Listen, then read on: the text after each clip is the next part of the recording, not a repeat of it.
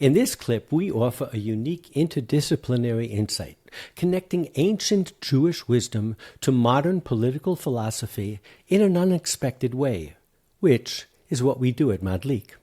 This segment provides an introduction to John Rawls's political philosophy, an explanation of his veil of ignorance thought experiment, a suggestion that the iconic love your neighbor as yourself is itself an ancient thought experiment.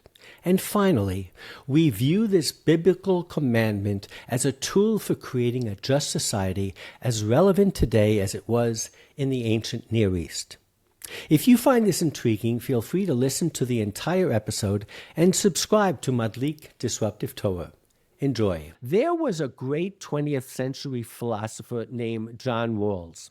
And John Rawls really wrote an ethics and a philosophy that came up against what was everybody believed in utilitarianism. Utilitarianism's ethical theory proposes that actions are morally right if they promote the greatest happiness or utility for the greatest number of people. So if 90% of the people are happy, we have a wonderful society. And what Rawls says is there's something wrong with that because it doesn't care and it doesn't focus on those who are left out. And what he did was he created, just like I said a second ago, loving your neighbor as yourself is a wonderful tool that we can use to try to figure out, am I doing the right thing? He created an amazing tool. And what the tool was, is it's called the original position. You have to go behind the veil of ignorance, Rabbi. When you start a society, a community, everybody has to go behind that veil of ignorance, and they have no knowledge about who they are. They don't know if they're rich. They don't know if they're poor. They don't know if they're smart. They don't know if they're stupid. They don't know if they come from a good family or a bad family. They don't know their ethnicity. They don't even know what their philosophy is. They don't know if they're a chassid or a Presbyterian. And they have to be able to decide on a world that they would want to live in, not knowing if they're going to come out rich or come out poor. That changes everything, Rabbi. Because on the one hand, you might say, I want a society where if you're willing to be an entrepreneur and take chances, you can succeed.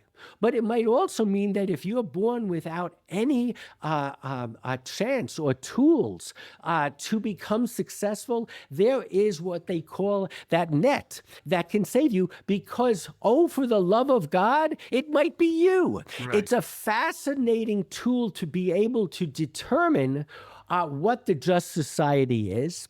And what's fascinating about it is that he believes that every society should do this. It's not a universal law.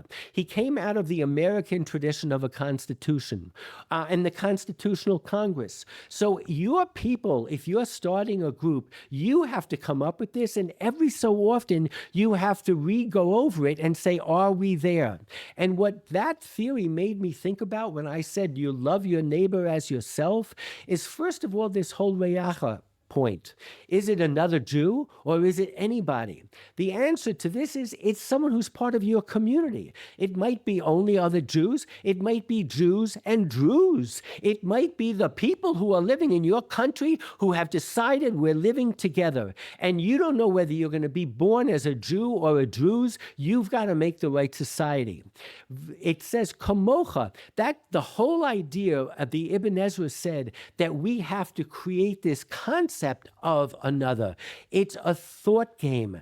And I think that you can look at V'ahavta l'reacha kamocha as a klal gadol, as John Rawls did in creating a just society.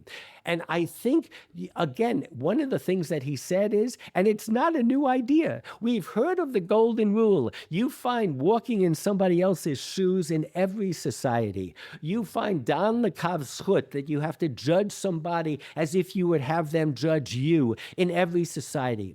But I think what he did, and I think what our Torah did, is they made it into a klal gadol. They took a very short sentence and said, this is the measuring stick that you need to use when you create your society. And for me, this really changed the way I looked at this, what could be pithy and trite little ethical throwaway.